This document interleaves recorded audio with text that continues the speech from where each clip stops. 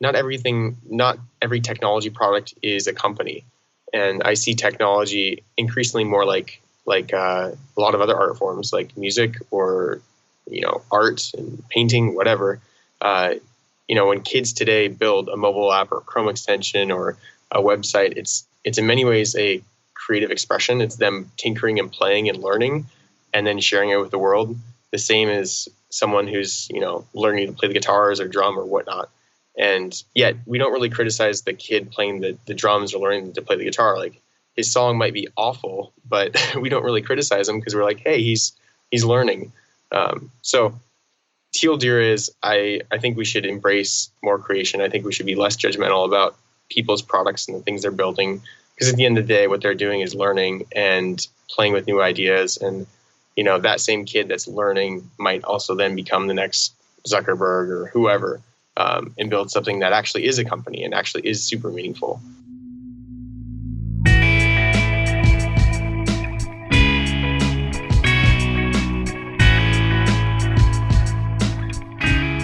This is Love Your Work, and I'm David Cadavy.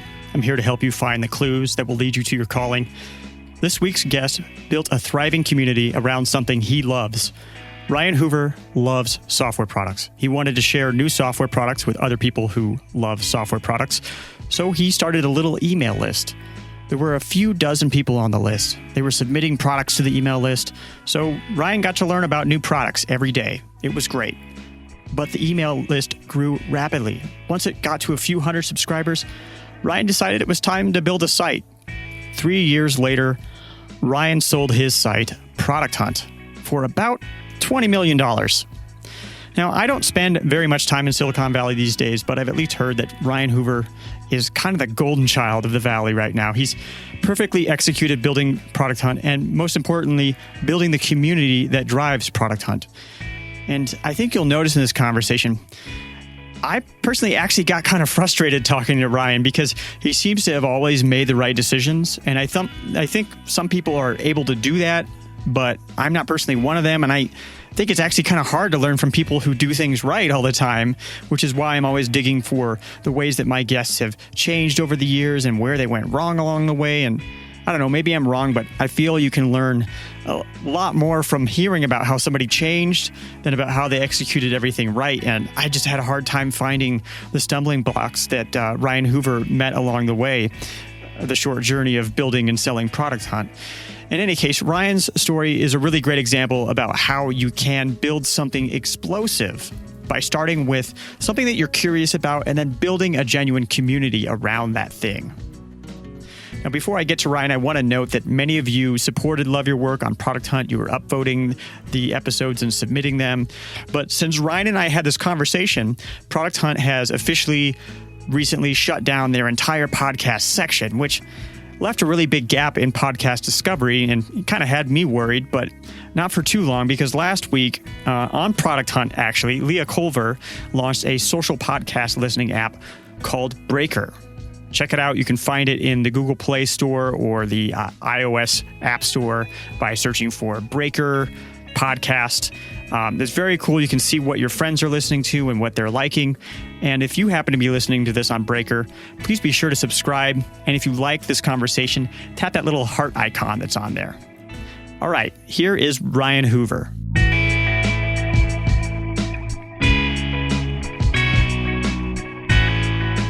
Don't forget, I'm giving out a $20 Amazon gift card every week until April 7th. The sooner you go to cadavy.net/survey, the greater your chances of winning. Go to cadavy.net/survey to take the short survey and be entered to win a gift card.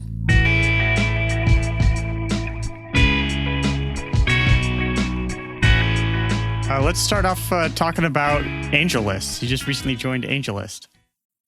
What was the impetus behind that? So AngelList, I've known Naval now for a while. Naval was actually a seed investor in ProductHunt, and this was maybe 4 or 5 months after it started. And he's one of the early supporters, and of course been supporting us ever since. And this was then middle to late last year. We started having a conversation about kind of next steps and what we were working on, and then fast forward, it just became a real natural fit for us to join AngelList and together really build a platform to help startups. Like they're so focused on helping companies raise money, helping companies find and recruit great talent. And we've historically been very focused on product discovery. How do we help people find users and help consumers find awesome products? So AngelList, for those who aren't familiar, they kind of do crowd fundraising for startups is one of the things that they do. And so they can get funding, they can get talent, because it's kind of like a LinkedIn in a way, that you can browse around for people. And then they'll also have this other part, Product Hunt, where they can actually help market the products. Yeah. There's some irony too in all of this, is that Product Hunt started off as an email list. AngelList, to some extent, also started off as an email list. The way that they started AngelList, they went through some iterations, but one of the first things that worked was an email list among investors, and they were essentially forwarding really hot startups, really hot deals to highly qualified investors, and that was what got some traction in the early days. So there's some interesting similarities between both Product and AngelList in that sense, and together we're really focused on these three big problems, like fundraising, how do you raise money, how do you recruit a team, and how do you get users. Mm-hmm. And let's talk about the way that Product Hunt started. So it started as an email list. You're just sending products to a few people. Or how many people was it? Well, in the beginning, it was essentially still from the very beginning a community of people, and granted very small, but it was a community of people sharing products they found. So it wasn't just me, but it was in the very start, I think about 20 or 30 people who were sharing apps, products, sites that they found that they thought were interesting. And that then created this community curated email digest, which in the beginning, it was about 200, 300 people subscribed in the first maybe week or so. So not a ton, but enough to start getting some feedback. And from there, it continually grew more and more until we realized that email is great, but it's not a way to interact and build a community long term. So how technically was that set up? You were sending MailChimp emails. You were receiving the recommendations, just people would send you via email? Actually, it was even easier. There's this service called LinkyDink. Ridiculous name, really cool idea. It was made by Makeshift, this sort of London-based incubator of ideas of sorts. And so they built this service called LinkyDink, which allows anyone to create a basically crowdsourced email list where you can invite people and say, hey, Bob, Sally, Joe, I want you to become part of this email digest. All you have to do is send a link and optionally like a short piece of text or sentence about the link that you sent. And then it would automatically generate this email digest of all the links submitted by all the people that were approved. So I didn't have to actually even piece this thing together. All I had to do was, invite these initial people in the community, say, hey, we'd love you to share these products with this audience of subscribers. And then I think at that time it was like 5 p.m. every weekday, it would send the email out. So very simple. People would submit the links. Then would you actually go and approve all of them? How did that work? I actually technically didn't have any control over approving it the way their system was set up. So it would blast out whatever was submitted by those people. Now, these weren't just anyone on the internet. They were a lot of friends, people who were in technology, some of them investors, some reporters, people who were in technology and really like to explore and play with new products. And that was an important part of making it useful, because it wasn't just, anybody in the world just submitting anything they found. Right. It was a core group of people who were all product enthusiasts. And then, so how big did the email list get before you actually made it into a site? So we ended up starting to work on the site only about 3 weeks after the email, LinkedIn email started. And so I think we got it to only maybe 400 subscribers. So not a lot. We really weren't marketing it heavily. It was, other than just like me tweeting it out and writing a few things online. It was all organic growth. So while it was small, it was enough validation to realize, okay, there are people that are subscribing to this, and I'm getting also emails, unexpected emails from people saying, I enjoy this email list. I like people that take the time to write about how they like an email list is some level of validation. So, once I saw that, I realized, okay, this would be super cool if we can make this more interactive, if we could turn this into a site where people can not only post products they find, but then have a better system for curation, have a way to have comments and discussion. And then soon we realized this opportunity in creating this dialogue between the makers of the products and the community themselves as well. I find it kind of interesting that you ended up making a site when you had quote unquote only 400 subscribers, and it had been going on for a few weeks at that time, and then you decided to go ahead and make a site. Like how was that decision made? How did you decide that it was actually, you had reached the point where it was worth that? Yeah, well, it was part of me from the beginning. It was an experiment. So it wasn't that I was jumping off a bridge and investing a whole lot of, money or time. It was all just a side project. So to take the next step of taking this email list and turning it into a site was a relatively small step. And the way that it happened actually is I'm not an engineer. And so I was emailing a few friends, and one of them was my friend Nathan Bashaw. And I emailed him and said, hey, this ProductHunt email, it seems to be working. People seem to like it, but I want to turn it into a website, a place where people can, converse and post and so on. And I asked him, hey, should I learn Ruby on Rails? Like, should I try and use Telescope? Like, what should I use to build this? Was my question. And he responded back and said, hey, Ryan, really cool idea. I have some time over Thanksgiving. Do you want to work on it together? And so he's, Nathan's super talented. He's a designer, product manager, engineer. He's like one of those guys that does everything. And together we worked on that first version. And so it didn't cost any money, it just cost our time. But we were working on it as like a passion project ultimately. And it was just something fun for us to build. And I think that one of the things about ProductHunt that seems to me from the outside that has made it so successful is that it feels like you curate the community. You put a lot of attention into the community. I mean, you're not going to see a bunch of trolls on there or anything. It's not like you might find on other sites. How much do you think about that? Yeah, it was. From day one, that was an important part of our thinking, and it was manifested in the way that we seeded the community in terms of we knew that if we open this up to the entire world from day one, the risk is that we would have a lot of marketers and or trolls or people coming in that might ruin the experience. And when I say marketers, of course, one of the biggest challenges for any company is to get attention and to get users. And so once you hit a certain tipping point of popularity, you're going to see people try to exploit that in as many ways as possible. So in the beginning, we had, of course, just myself as essentially the community manager, and I have to sleep. So, there's some numbers of hours in the day that it's completely unmanned. And so we thought, okay, let's just limit this through invites. So allow the community to invite other people so that we don't have, tons of people flooding the system with products to the point where it becomes unusable for everyone. So that was part of the initial kind of decision. But then we instrumented a few other product design decisions to make this, in my opinion, like a healthy community. One of them was initially just Twitter. Twitter was the way that we authenticated people. We didn't allow just email signups. We did not allow anonymous accounts. We still today don't allow companies to sign up under their brand name and contribute.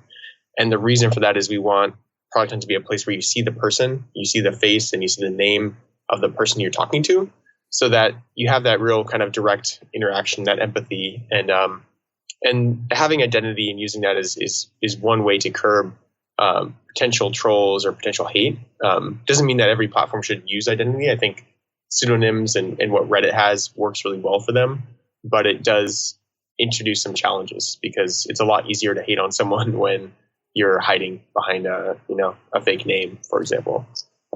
And did you feel any temptation during these early days to make any decisions that could have potentially damaged the community? It seems like there's just a lot of things that you might feel pressure to do, but that could do irreparable harm to the community as you're trying to grow it. How did you navigate that? Yeah, well, let's see. There's always the temptation to open up ProductHunt for everyone, in the sense that everyone can post, and tomorrow we could do that very easily, and we could see maybe 10 times the number of products on the homepage. And while that is attractive from like an engagement perspective, you could see more engagement and growth and activity. The challenge is, how do we do that in a way where it's still high quality, or where high quality is not the right word, where it's still manageable. Like at the end of the day, what our goal is to surface great products to people. And when you have 1,000 products on a homepage, you're going to lose some of the products that you personally might think are really great, because it's 500 posts down. It's from the 500th place. So, it's always a challenge with any kind of site, is how do you manage volume and quality as community scale ultimately. And did you have any like prior experience building communities before this, no matter how small? Yeah. So my professional background is in product management. And so professionally, I did not. However, on the side, I would do various things that almost like retroactively looking back were initial experiences in building community. One of them was a side project that also Nathan and I worked on called Startup Edition. And this was a really simple idea. We actually just grabbed coffee at the Grove when we first met. And I think it was shortly after that, we both liked writing and blogging. And we realized this opportunity where there's certain people who have a hard time thinking of things to write about and getting motivated to write. And so we assembled sort of this crew of mostly like founders and CEOs and people that were writing, and said, hey, do you want to be a part of Startup Edition? The way it works is we email out a prompt. Could be like how I built my team, how I raised capital, what was the first job that I started, like kind of startup centric topics. And then everyone, which at the time it grew up to maybe 40 or 50 people, they would all, some of them would just write about that topic, like blog about that topic. They'd put it on their own blog or Medium or whatnot. And then all we would do is assemble all of those blog posts and then email it out weekly so that subscribers could see different opinions of different founders and people in tech and how they approach a certain problem or stories about a particular topic. And so that was in some sense an experience in community building in the way that we put these people together, built them a platform to get their blog posts out there. And then on the side, we do kind of like brunches where, it'd be like 8 to 10 of us just brunching together and kind of doing these in-person community building initiatives. So it was a small group of people who were doing the writing, but anybody could subscribe. Correct. That's right. Okay. I mean, it sounds like there's something to be said, I think, in this day where there's a lot of sites everybody can sign up for. There's something to be said for exclusivity, especially early on when you're trying to figure out the culture of your community. I know, like I did a thing several years ago where it was like it was a brunch club. I called it DIY MBA, and there were like 6 of us, and you can only have brunch with so many people, and we would invite one entrepreneur from Chicago. So we had brunch with Andrew Mason, or Sam Altman was in the area at the time. And it was like you were in the group or you were not in the group. It wasn't a meetup group where everybody RSVPs maybe, and then they show up, and it was focused more on intimacy. I think there's something to be said for that. Is that kind of what you were finding when you were starting Product Hunt, or when you were doing these smaller communities? Yeah, there is something about, especially in the early days, if you can assemble people that have some sort of common bond, and that common bond could be, depending on what you're building, could even be just location. People in Chicago. It could be people who are into startups and technology. Could be a group of people who all are loosely connected. Like the very early days of Product Hunt, like the first 50 people maybe, were all loosely connected. A lot of them knew each other or knew of each other because they were all kind of in the tech scene. And so that made it easier to make it useful for at least that subset of people, and made it also a welcoming place, because it's like, oh, like these people that I respect and know, they're all using it. Maybe I should contribute and start using it too. And the way that we grew out the very beginning of the audience was once we sort of tapped our network of people that we knew were into technology, then I would personally email people who were engaged and said, hey, do you know 2 more people that you think would like Product Hunt that want to contribute and be part of it? And so that then, just like as you think about like how many degrees of separation you are from people, that started then spidering out these degrees of separation to other people who are somewhat connected and like-minded to some extent. And, that was just one way to kind of build a welcoming community, at least for a small subset of the audience to begin with. It sounds like there was a lot of manual labor involved. Yes, a lot. A lot of emails, a lot of tweeting. It was something that I enjoyed doing, and in the early days, it's sometimes the best way to get things started, especially with the community, because people want some sort of they really recognize it when it's a human behind an email or a human behind the computer versus like these automated drip campaign emails where it's, hey, I'm the founder. And then there's like a subtle like unsubscribe link. It's like, I know you aren't really acknowledging me. Subject line, quick question. Yeah. Like I have nothing against using those tactics at all. And I don't do what I did in the early days today because it's not scalable to the scale we're at now. But in the early days when you're just starting things up, you have to oftentimes do those things that are super laborious, take a lot of time, seem really inefficient. But I enjoyed doing it. It was fun to connect with all those people, especially in the early days when they were using something that we built. Did it help you define in your own mind what the community was going to be? Yeah, I mean, the general theme was we knew we wanted this to be a place about new products, and so the people that kind of were naturally attracted to it were people who were in technology or eager to share and explore new technology. And so by creating sort of that foundation, it eventually just created its own culture in some respect. And not only the product things that I mentioned, like using identity and things like that were important, but the people that start off in the community, they're oftentimes the one that set the course for the culture long term. Our culture will be hard to change. If you look at any other massive platform as well, whether it's Reddit or 4chan or Hacker News or all these other places on the internet, they also have cultures that are largely set and hard to dramatically change. You don't feel like Hacker News is just one out of the group that you mentioned that I'm familiar with. You don't feel like that culture's changed?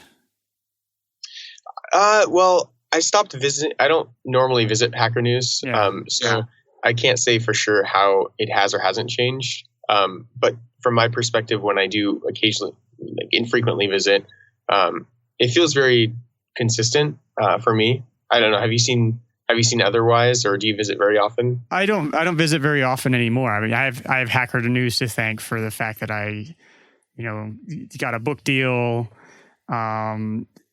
And I, these days I don't think that I can even write content that community would be interested in. There, it seems to have steered more toward technical things, and I think that there's been like some erosion of the verticals, or people have picked away at the verticals, or Product Hunt being one of those. Like if you want to find about products, it's not necessarily Show HN or something just shows up on the Hacker News page. There's a place for it. There's Product Hunt. And I also feel like I see more trolls there than it used to be one of these places that was very like Product Hunt is now, where people are very civil. If there's a disagreement, they're able to like work it out and remain civil. I guess I don't have a better word than that. But I don't think that it's as closely curated as something like Product Hunt is. Yeah. I guess I should maybe qualify my statement slightly in that it doesn't mean that things can't change per se. But the tone that's set, I think, in the beginning of a community really stands a lot. It influences the long-term direction dramatically. So what qualities inherent to you do you think made this like the right company for you to build? Yeah, so I've said this before, but in some ways, for better or worse, Product Hunt is many things like a manifestation of all the things I love and like, in that I love playing with new products and apps and services. And tangentially, I used to browse AngelList actually for companies and products. AngelList was never built for product discovery as like a consumer, but I would just browse their site looking for cool stuff. So I've kind of always done that. I've always been like hunting for cool things and just out of curiosity in many ways. I also love writing and kind of understanding products a little bit more, and having this opportunity to talk to the makers and playing with all these things is right in line with things I love to do. And then lastly, I love, I'm glad that we're able to give an opportunity to connect people in different ways. In many ways, we're connecting people through their love of products or different verticals and passions. And we see people connect through Product Hunt, and makers connect with other potential hire. Like there's just a lot of serendipity that comes with building communities, and I've always appreciated that, both online and offline myself. So besides the email digest that you set up and the brunches that you were doing, like if you go further back in your life, are there like little things or clues that you can look back on and say, oh, well, it makes sense that I would build Product Hunt? Yeah. I think part of it is curiosity is a trait that I admire, and it's something that we hire for. Those that are curious are, usually very open-minded and willing to experiment. They're also would gravitate more towards discovering new products every day. Like that's just like a part of our culture at Product Hunt and on the team itself. And so me, even as a kid, I've always been curious, especially with technology. And, I built my first website back when I was, I think, 14. And that was inspired by a friend who ended up building a website and making $100,000. I was like, I can do that too.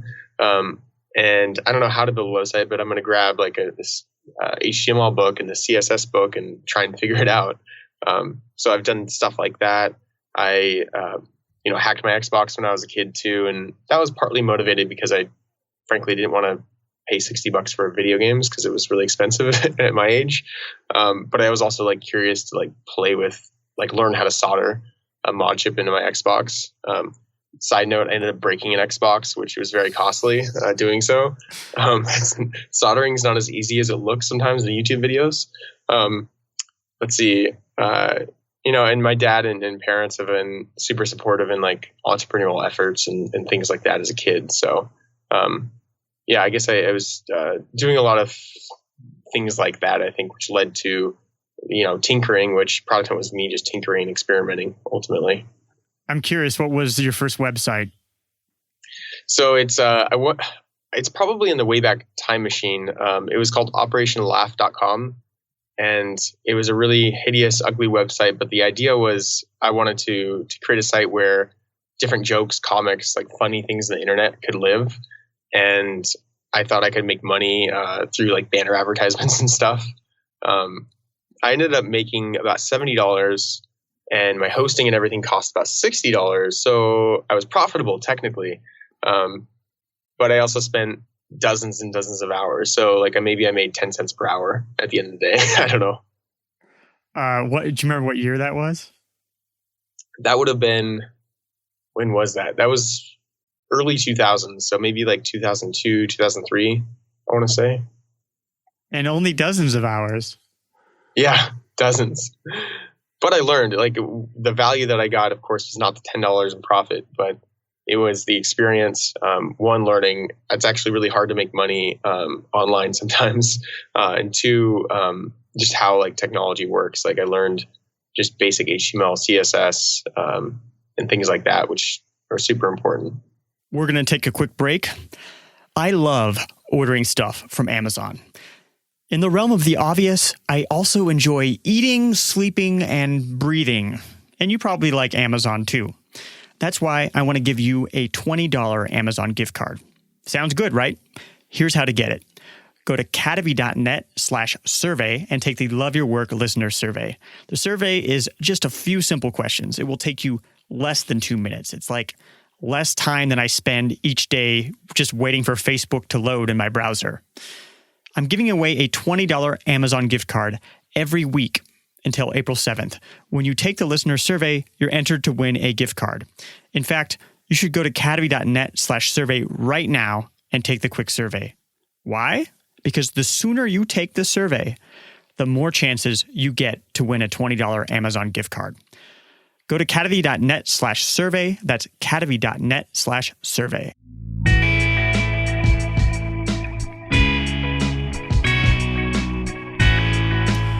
Were there any beliefs that you had early on in Product Hunt about building what it was that you look back on now and you think, oh, that those were some false beliefs?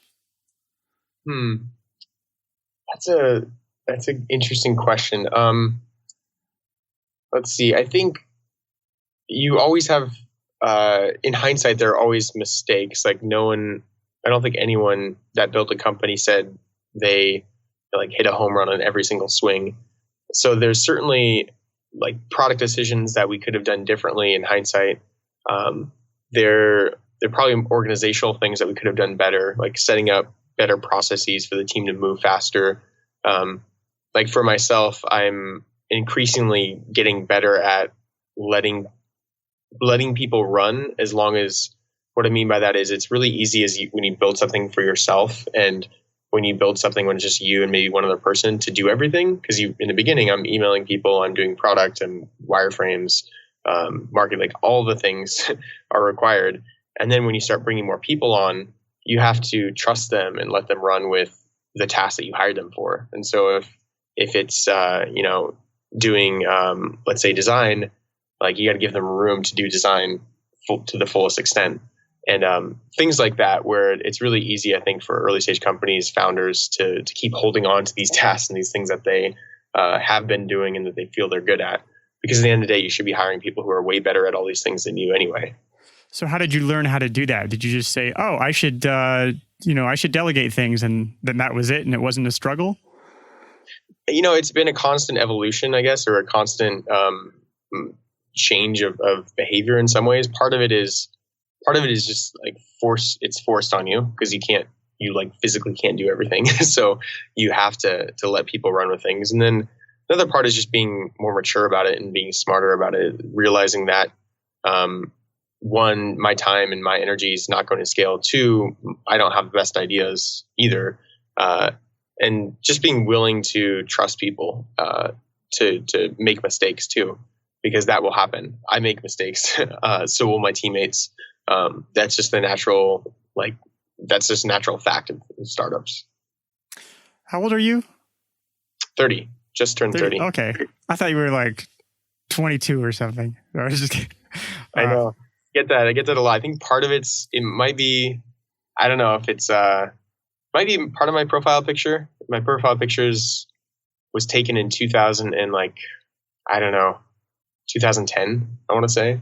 So it's quite old. We were just talking about how you never change it, because that's, when you change your avatar, then it throws people for a loop.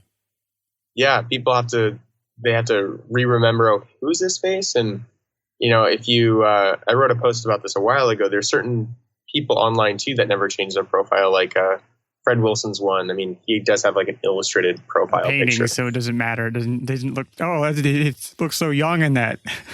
Yeah. But there's certainly he's well known for other reasons than his profile picture. But there's advantages to having the same profile picture, because over the years, when your face is seen more and more and more, people will recognize that far more than if your profile picture is changing. And so it can frankly be helpful if you're trying to reach people, or I think it's a wise strategy for anyone that's building a company or trying to build a brand of some sort. Yeah. You mentioned earlier the word mature, and that's I think it's one of the good words I would use to describe you, at least from my observing, is that you seem really intelligent and well well-rounded and mature and deliberate, and you don't seem like there's much struggle there, And I don't know. I feel like you make it look really easy, and I don't know if that's an illusion or if that's how it actually is. Well, I was talking to some.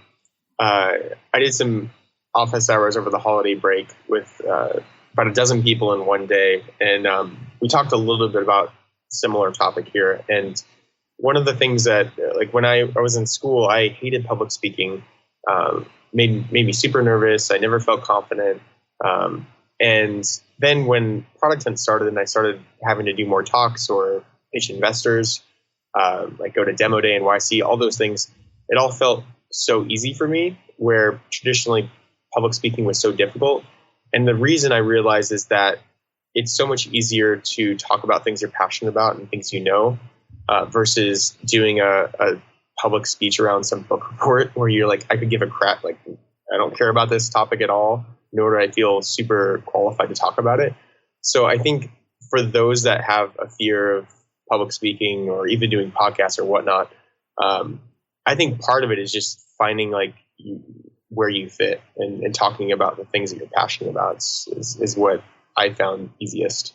Well, I feel like there's another element that people struggle with, and I don't know whether you've struggled with it before or not, but I think a lot of people, if they were to build something, it would be theirs, and there would be this ego thing wrapping it up and preventing them from allowing others to help make it progress. Mm-hmm. And I don't know, did you ever have any of that? It kind of goes back a little bit to what I was saying in the sense that for you to scale, assuming that you need to hire people, not every company needs more people. Maybe it's just a project on your own or a few people. But if you're scaling and you're growing, you need to bring more people on board, and you just have to trust them. And the two key things in that, though, is one, you get the right people, which can be very difficult, especially if you haven't worked with them before. And two, you make sure you're aligned so that if you're giving people space to run, you're both aligned in where you're going. Because if you're not aligned, then someone might build something totally outside the vision, totally outside of kind of the scope of what you're doing. And then you're going to be frustrated and you're going to say, I'm never going to let them do that again. And then you're going to try and do their job. So those are communication is actually communication in startup is probably one of the most important things. And I'm not an expert at that by far, but communication between teammates, structurally, like where we're going, all that's super important. Did you have anybody guiding you on any of this stuff as it was happening? These things that you had never done before, involved in scaling up a company and getting investment and hiring all these people and stuff? Yeah. I mean, a lot of it's like a lot of things you learn on the job, but when you can, you talk to people who have experience. And so I have a number of people that have been super supportive. So, I mean, I can go down a few people, like a few instances in the early days. I'd gotten to know Josh Elman at Greylock prior to Product Hunt, maybe a year or two before. And as we were working on this thing, I need a lawyer. I'm like, I need a lawyer. Who do I talk to? I asked Josh. Josh connected me with another guy named Josh Cook at Gunderson. And then Josh has been our lawyer since and been super fantastic and helpful in figuring out incorporation, like all the legal things, which of course is a very important part of building a company. And then there's other people like Steven Snosky, who is on our board from Andreessen Horowitz. He's been super helpful in a number of different areas. But there's even like, I remember early on, there was the first time I had to fire someone. Of course, I called him and I'm like, Steven, here's what's going on. How should I approach this? Like, here's the context. Here's the story. It's also a really scary thing. It's the worst part of being a CEO is when you have to do that. But then there's also like the legal implications and the things like that you have to think through. So thankfully, I've just been around a lot of people who have experience in different areas that can be helpful. Well, I mean, when you talk about going to talk to a lawyer, I feel like early on in my entrepreneurial attempts, I hardly even thought of the things I was doing as a company because I hadn't like been taught that. I would like do a project and be like, oh, people will be like, oh, how's your company? Like, well, what are you talking about? It's just a website I made. Company? What do you mean? I mean, was that you were saying that your parents were supportive in entrepreneurial stuff? Were you practicing with that sort of thing when you were younger, with building companies? Yeah, I never built a company in the official sense, but always experimented with different things. My parents, early on in the late 90s, they owned a video game store, and I would work there at the store when I was, I don't know, 14, 13, like cleaning the counters and talking to customers and stuff. But then I also would like run the gumball machines early on too, where I would refill it, restock it, like record expenses and profits and all of those pretty simple things, but like things that go into kind of like running an operation. And I think some of those things instilled some perspective and also encouraged me that, oh, I can do this and turn this into money. And I think what I found most interesting about entrepreneurship is being able to make money and build something that people use, but also being paid, but not by the hour, but by the output, if that makes sense. In the sense that I never really liked like an hourly wage, because I was like, all right, I gotta do this for an hour and I get $10. Doesn't matter how well I do this, I just gotta do it. And while I would try and do a good job, I was like never motivated, because I'm like, how do I make $20 in an hour? Well, I can't in this position, but in entrepreneurship, you can invest, X amount of time and infinite amount of money, technically, in terms of what you can, the impact you can make. And money, of course, is not the motivation for me per se, but money in some ways is like a measurement of impact or value that you create in some capacity. Now, when you talk about starting Product Hunt, it seemed like it was a sort of, why not decision when you went from the email list to building this site. Was there any point along the way when there was a difficult decision based around, do we scale this up? Do we abandon what other things we're doing with our lives? Things like that. Yeah, I guess I was in a very fortunate position when Product Hunt started, in that I was in between. I was transitioning out of a previous startup, and I was given the opportunity to work part-time instead of just leaving entirely. I worked 20 hours a week or so, and my salary was cut dramatically, but it was at least enough to keep me alive in San Francisco. And that gave me enough time to work on a lot of things and experiment. And so that was an important part of, I think, my ability to actually try these things. But then, fast forwarding through Product Hunt, I think there's a number of things, challenges and big milestones. It's like, do we raise money or not? That was a crossroads. Do we, do we raise an A? Do we not? Do we hire this person? Do we not? There's an infinite number of kind of like crossroads that you take, and you always question, like, what if I took the other road? What would have happened? You never really know. But I'm happy with where we're at and where we go today. So when you had those difficult decisions, you kind of already had a network of people with experience in these various things that you could talk to and you could ask for advice. Yeah, thankfully, I had built some relationships with people in startups and tech, from founders to investors to reporters and so on, before Product Hunt. And so that was super important and helpful, as because then when I talked to investors, when we actually were raising money, they already knew me. And for a lot of investors, when they can connect the dots and see progression, it's a lot easier to make an investment decision than when they're taking a first-time meeting, just meeting you for that one moment. When I reached out to reporters, I already knew them. I already had a relationship with them.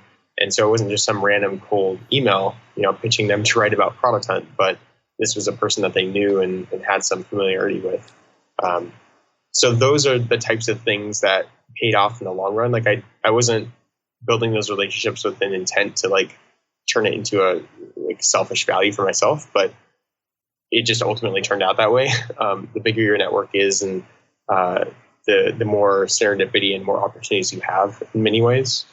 it just doesn't pay off until who knows when. Like the connections I make today, who knows what might happen in a decade with those people I meet and relationships I build. So those connections were kind of built based strictly off of your own curiosity for those people. Oftentimes, yeah, it was curiosity of like being on Twitter a lot and reading blog posts and sharing and talking with people online. Twitter's been a fantastic channel and platform to connect with different people, partly because it's so lightweight and people in technology are very accessible on Twitter. And then it's also writing. I used to write a bit more as well, and it helped me, I think, become a better writer, but also build some more touch points and relationships with people. As I started reading more of my stuff, they started realizing, oh, he's got some interesting things to say about tech or products. That's in some ways, it was like me trying to create some sort of value or artifact for this community of people in tech. Yeah, so it was very curiosity driven. Were there ever times when you maybe felt a little tempted to, or you found yourself straying from that and doing a little bit of networking where you realize like, I'm kind of just not being myself here. I feel like I'm doing this to be gainful. Yeah. I don't know, actually. I'm trying to remember a time where I didn't feel like I was being authentic. And I don't know. I always feel like I've been authentic, even when I'm clearly meeting people for a transactional reason. Like if I'm meeting an investor to pitch them, or if I'm, meeting someone to hire them, the intent is to close that transaction. But I don't approach even those conversations with like, I think people smell through inauthenticity, and at the end of the day, I don't want to lie or be deceptive to people. So I don't think I've ever been inauthentic in my interactions, and if I have, I regret it. Yeah, I mean, I know it makes total logical sense, but this is what I'm just trying to like. It seems like you just do the perfect thing all the time, and that you're able to operate and make the right decisions all the time. And I guess I'm trying to think about, I feel like there's a blind spot here somewhere about, what would most people have done in some of the situations that you were in that would have caused it to not go well. Now, I know that you probably wouldn't even speculate about that because you're just like a cheery, positive guy, and it probably wouldn't even occur to you what mistakes other people might make in those situations. Or do you have ideas about mistakes other people that you might have been able to make that might have made this not happen? Yeah, I mean, I think there's a number of things that could have gone. There's a billion different things that could have gone wrong, and I'm talking about things that you would have control over that could have gone wrong. Oh, yeah. I mean, there's everything from not treating your teammates fairly, or if I was as I was in the very beginning and being a little bit too controlling maybe of all the things and not letting people have more autonomy, like people would leave. People don't like to work in those environments, at least most of the best talent. So I think there's lessons like that I think people can take with them is hire the right people and give them clear direction, be collaborative, but like let them do their thing too. There's also things in the fundraising side, like there's more specifically like tactical things that you can really mess up. And most people have never raised money. The people that have probably do it once in their lifetime. So it's actually a really important step in a company's process, and important for people to like talk to mentors or people that have gone through it too. I talked to a number of people, not just Josh Ellman, who I mentioned earlier, but a number of former founders and others as I was going through that process for the first time. So maybe part of the lesson is like being okay with asking people for help is an important piece. I mean, I think that a lot of people struggle with that. This is where I feel like there might be some blind spots in a lot of places because you're just so perfect, Ryan Hoover. That close. that I think that for some people it's difficult to even recognize that you need help. That you could ask somebody about this thing that you're struggling with. Yeah. Did you ever struggle with recognizing that you needed help? Yeah. there's like you know what you don't know, and then you don't know what you don't know, and those are the areas that is the most dangerous, because sometimes you don't know how you could be doing things better, or you don't know you're doing a bad job in a certain area. So that's where talking to people who have gone through similar situations, or mentors, can be so helpful, because they can be, especially the good ones, can be really upfront and brutally honest with you and saying, have you thought about this, or why are you doing this? That's actually one of the reasons why like boards exist, actually, like startup boards on startups and companies, is to ensure that the founder and the CEO is doing the right things and not missing pitfalls that other companies go through. That could be everything from like legal issues to product direction to process stuff.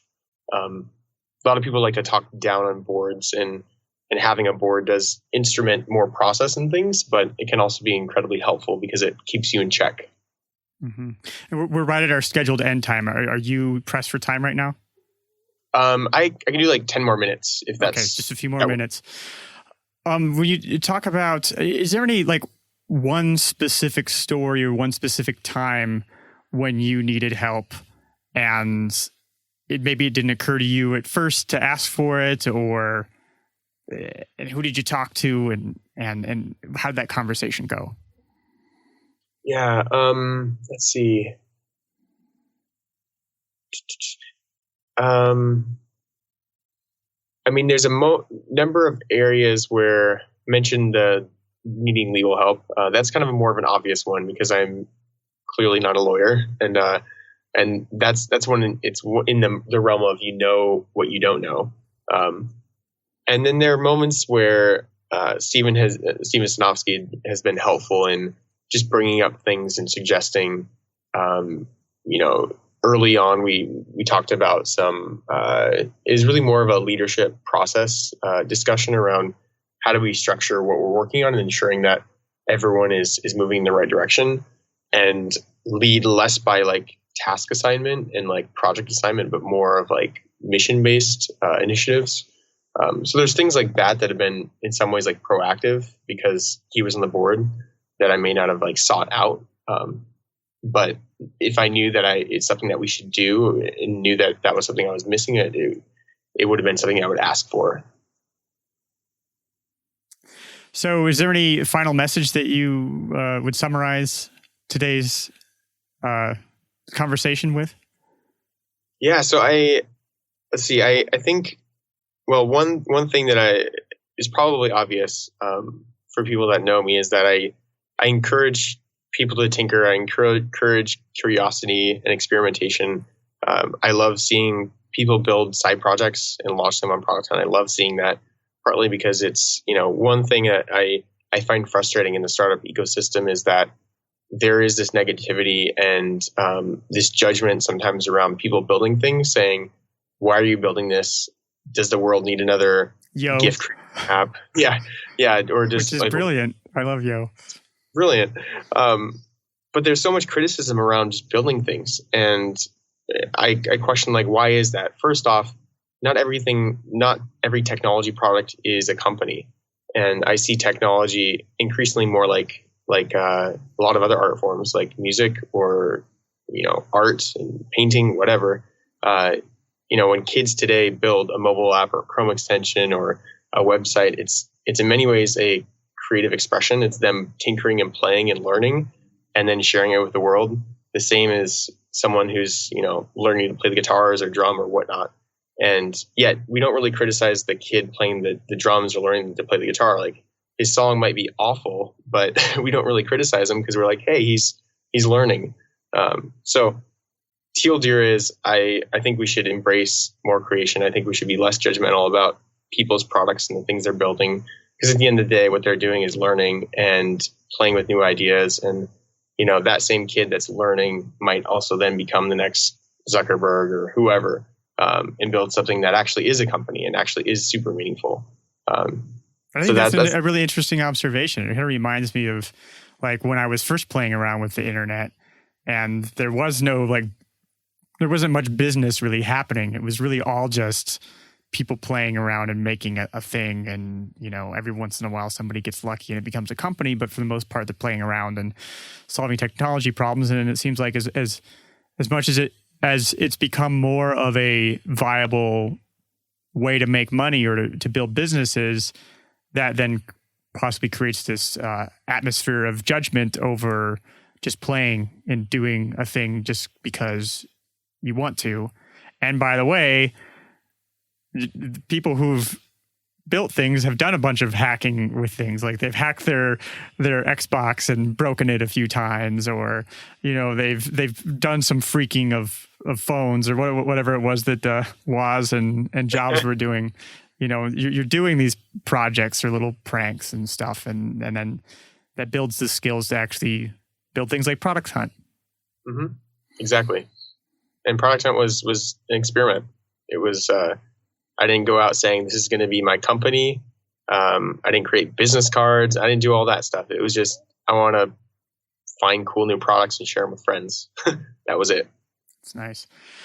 Okay. So where can people find you? Obviously you can go to producthunt.com and anywhere else? Yeah, I'm on Twitter, RR Hoover. I Instagram, RR Hoover. Snapchat, RR Hoover. Where else am I? Facebook is actually not RR Hoover. It's /Ryan Hoover. And an AngelList, of course. Which, by the way, if you didn't know, AngelList, if you go to the peacesignemoji.com /Ryan-Hoover, I think that's my URL. So check it out. There's an emoji in your URL? The AngelList, it's in Mass. It uses the peace sign emoji. So you just replace any URL string with the peacesign.com and it'll take you there. Wow. Well, there you go. Peacesign.com. Peace sign, whatever you said it was. It's translate over our podcasts, I guess. just the one with the search. finger sticking out. Yeah, that emoji. Yeah, the victory hand. Yes, okay. That's right. Right. Ryan, thank you so much for taking the time to talk to us today. You bet. Thanks, David. It's fun.